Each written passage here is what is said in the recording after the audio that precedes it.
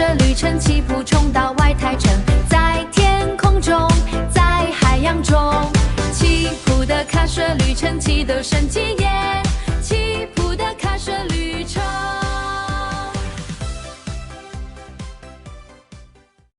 Hello, science explorers, and welcome to Chip's Science Base. I'm your economics captain, Chip, and today we're exploring why choosing one thing means letting go of another.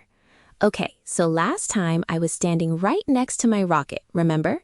My rocket can only carry 10 kilograms, but I had 35 kilograms of gear spread out on the table.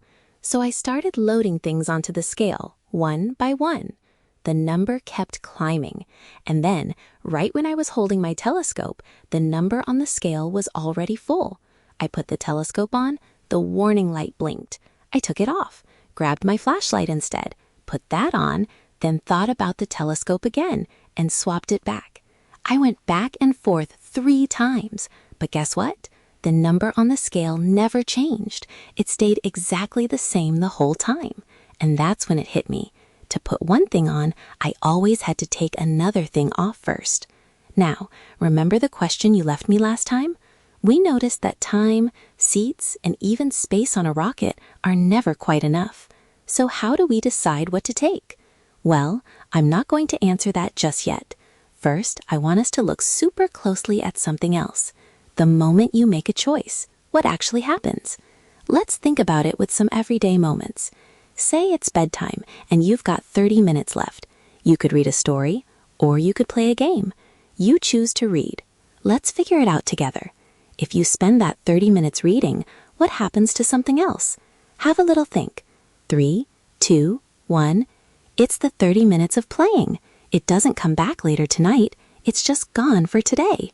Or think about school. Band practice and soccer practice both happen on Wednesday afternoons. The moment you write your name down for band, soccer practice quietly disappears from your Wednesday. How about dinner with your family? There's only one spot on your plate for the main dish, and the chicken leg and the ribs are sitting right next to each other.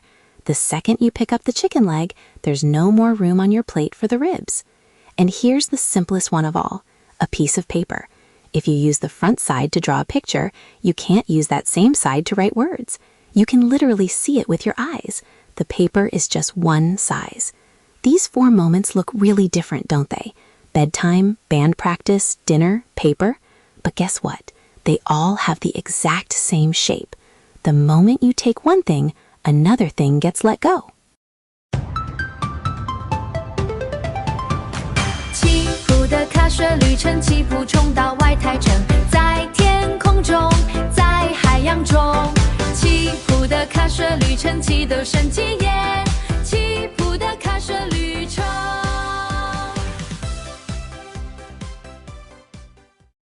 Now, here's a story you might already know. It's called Jack and the Beanstalk. Jack is walking his family's only cow to the market, and on the way, someone offers to trade him a handful of beans for that cow. Let's just freeze the picture right there. At the exact second, Jack reaches out his hand. Look at his 2 hands separately. One hand is receiving something, a handful of beans, a chance that nobody knows yet what it will become. The other hand is letting go of something, the family cow, and all the milk that cow gives every single day. In the story, the grown-ups call Jack silly for doing this. But today, we're not going to judge whether it was a good trade or a bad trade. That's a question for another day. Today, we're just doing one thing, looking clearly at what's on each hand. And hey, doesn't this feel familiar? The 30 minutes before bed, Wednesday afternoon band practice, the chicken leg on your plate, and this old story from hundreds of years ago, they're really all the same thing happening, over and over. Now, grown-ups sometimes say, choose carefully, don't choose wrong. And that can make it feel like there's one correct answer hiding somewhere, and picking the other one means you made a mistake. But here's the truth. The kid who joined band didn't choose wrong. The kid who joined soccer didn't choose wrong either. This isn't a test. There's no answer key and no red pen marking anything wrong. Sometimes when you let something go, you feel a little tug in your heart, a little bit of missing it. That feeling is totally normal. It's just your heart noticing that something got left behind, not telling you that you messed up. So the real skill worth practicing isn't picking the correct one, it's noticing clearly what you let go of this time.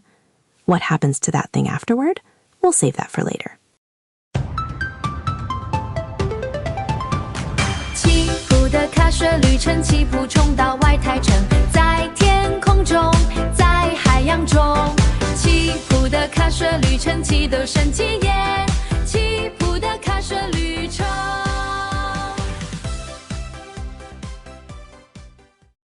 So, this thing we've been talking about actually has a name.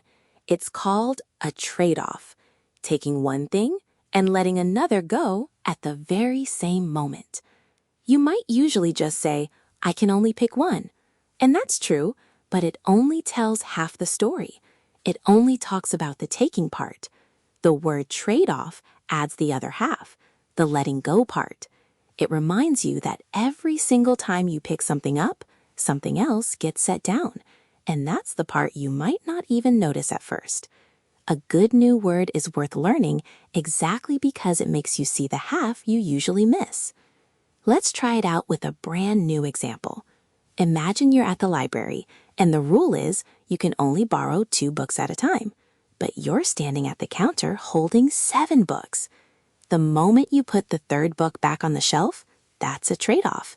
The 4th one, the 5th one, all trade-offs too. We're not asking whether the books you put back were good or not, just noticing that putting back moment. And remember Jack? Handing over the cow's rope and receiving that handful of beans? That was a trade-off too. Not because anyone was silly, just because that's what taking one and letting go of another looks like. But here's a question I want to leave with you today. How do you know if the thing you gave up might actually have been the better one? That's a big question, isn't it? I'm not going to answer it today. I've got a rocket to launch. See you next time. And that's it for today's adventure at the Science Base. Keep your eyes wide open and go observe the world around you. Today, try noticing what you let go of the next time you make a choice.